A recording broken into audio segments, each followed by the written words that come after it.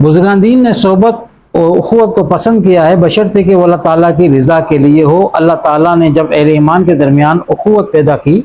تو اس کو اپنا احسان بتایا، جیسا کہ اللہ تعالیٰ کا ارشاد ہے سورہ آل عمران میں، فرمایا کہ اور اللہ کا احسان اپنے اوپر یاد کرو جب تم میں بیر تھا، یعنی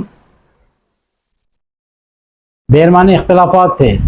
دل ملے ہوئے نہیں تھے، جب تم میں بیر تھا اس نے تمہارے دلوں میں ملاپ کر دیا اور اس کے فضل سے تم آپس میں بھائی ہو گئے۔ اسی طرح ایک اور مقام پر سورہ انفال میں ارشاد فرمایا، وہی ہے جس نے تمہیں زور دیا اپنی مدد کا اور مسلمانوں کا اور ان کے دلوں میں میل کر دیا،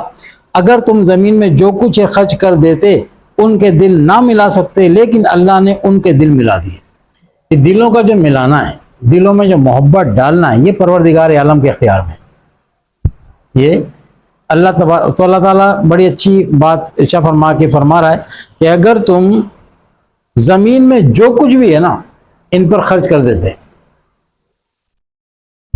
کس کام کے لیے کہ ان کے دل مل جائیں آپس میں، تو فرمایا ایسا نہیں ہو سکتا تھا، یہ تو اللہ نے چاہا تو ایسا ہوا ہے۔ اور یقیناً کیونکہ کوئی بھی کام ہو، دنیا مافیا کوئی بھی کام ہو،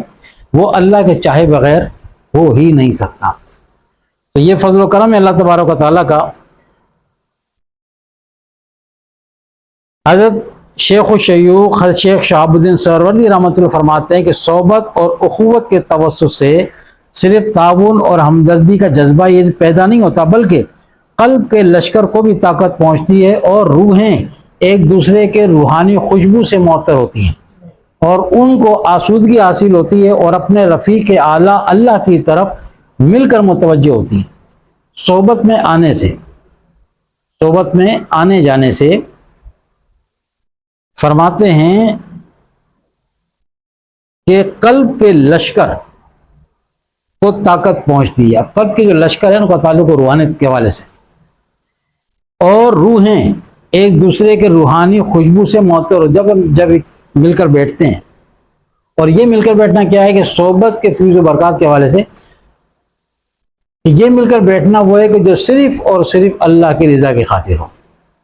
آپس میں ملنا جلنا، اس میں کوئی ذاتی مفاد مقصد نہ ہو اور صرف اللہ کی رضا کے لیے ہو۔ تو وہاں پر فرمایا کہ پھر روحیں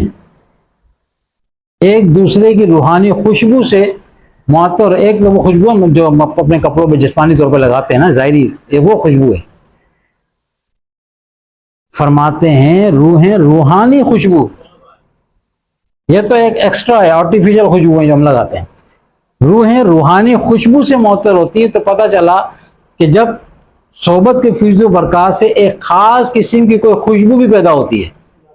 اور صحبت میں آنے سے ہی پیدا ہوتی ہے، جس سے روحیں استفادہ کرتی ہیں اور انہی کو محسوس کرتی ہیں،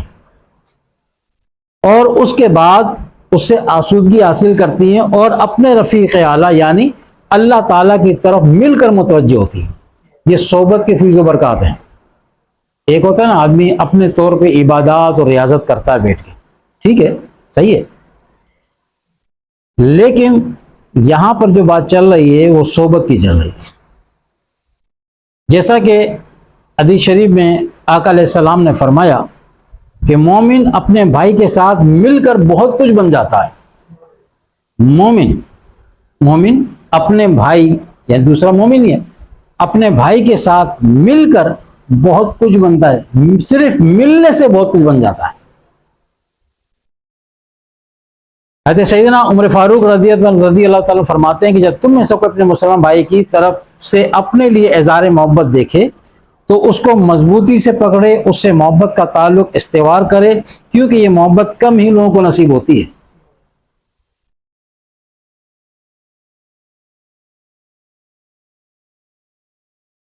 اللہ تعالیٰ نے داؤد علیہ السلام سے فرمایا کہ اے میرے نبی، تم عزلت نشین کیوں ہو؟ تنہائی پسند ہے آپ؟ انہوں نے عرض کیا کہ یا اللہ جل شانہ، میں نے آپ کی خاطر مخلوق سے کنارہ کشی اختیار کی ہے، میں نے آپ کی خاطر مخلوق سے کنارہ کشی اختیار کی ہے۔ تب اللہ تعالیٰ کی طرف سے آپ علیہ السلام پر وحی نازل ہوئی کہ تم بیدار اور ہوشیار رہو، بیدار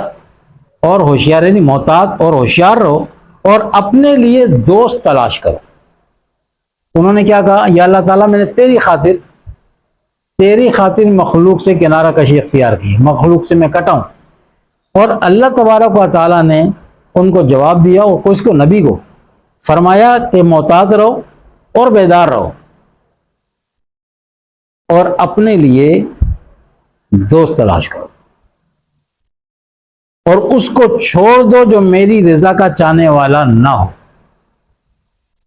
یعنی مخلوق کو کلیتاً نہیں چھوڑنا ہے، اس کو چھوڑو مخلوق میں سے جس کو میری رضا کی فکر نہیں ہے کہ میں کس بات میں راضی ہوں اور کس میں نہیں ہوں۔ جس بندے کو اس بات کی فکر نہیں ہے تم اس کو چھوڑ دو، اس سے آپ کا کوئی کام لینا دینا نہیں ہے، کیونکہ ایسا شخص فرمایا کہ تمہارا دشمن ہے۔ اب اس کو اللہ کی رضا کی پرواہ نہیں ہے، وہ اللہ کے معاملات کے حوالے سے، لیکن اللہ کہہ رہا ہے کہ جس کو اے محبوب، نبی سے مخاطب ہے داؤد علیہ السلام سے، اے داؤد علیہ السلام، جس شخص کو میری رضا کا اسے فکر نہیں ہے کہ میرا رب کس بات میں ناراض ہوتا ہے، کس بات میں راضی ہوتا ہے، تو آپ اس شخص سے دور ہو جائیں، ٹھیک ہے؟ کیونکہ دراصل تو کیا ہو رہا ہے کہ اس کا معاملہ تو اللہ سے چل رہا ہے نا، اللہ تبارک فرما رہا ہے کیونکہ ایسا شخص وہ آپ کا بھی دشمن ہے۔ جو بھی اللہ کی سائڈ والا بندہ ہوگا نا، جس کو اللہ اپنے سائڈ پہ کرے گا اور اپنا بنا کے پیش کرے گا، تو پھر یہاں ایک اصول قائم ہوتا ہے کہ جو محبوب کا دشمن ہے وہ محب کا بھی دشمن ہوتا ہے۔ داؤد علیہ السلام تو اللہ کے چاہنے والے، اللہ کی مان کر چلنے والے۔ نیکسٹ جو دوسرا ہے وہ ان باتوں کو ویلیو ہی کوئی نہیں دیتا، خیر ہے خیر ہے خیر ہے والے معاملہ چل رہے ہوتے ہیں، تو فرمایا کہ وہ ایسا شخص تمہارا دشمن ہے، اس کے ساتھ بیٹھنا تمہارے دل کو پتھر کی طرح سخت کر دے گا۔ مخاطب کون ہے؟ نبی، انبیاء علیہ السلام پہ بات ڈال کر پیچھے امتوں کو بات سمجھائی جاتی ہے، کیونکہ انبیاء علیہ السلام کو اللہ تعالیٰ بھیجتا ہی سکھانے کے لیے۔ تمہارے دل کو پتھر کی طرح سخت بنا دے گا اور مجھ سے تم کو دور کر دے گا۔ اب عارف المعارف کا یہ حوالہ ہے